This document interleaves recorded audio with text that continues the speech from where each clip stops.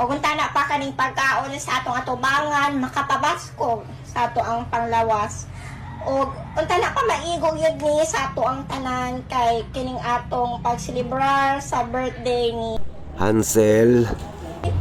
Pamilya ramang kita na ni, pero ang saon tama na naman ginanganhi, nakisabay sa ato ang selebrasyon.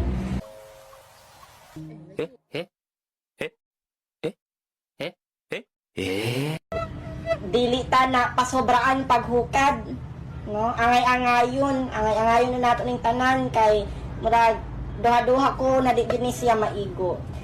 Respeto ay lang tas tagbalay na sila ato paunahon o pagkaon kay para manggid ni siya sa ila, no? Sa atong birthday celebrant. Oo.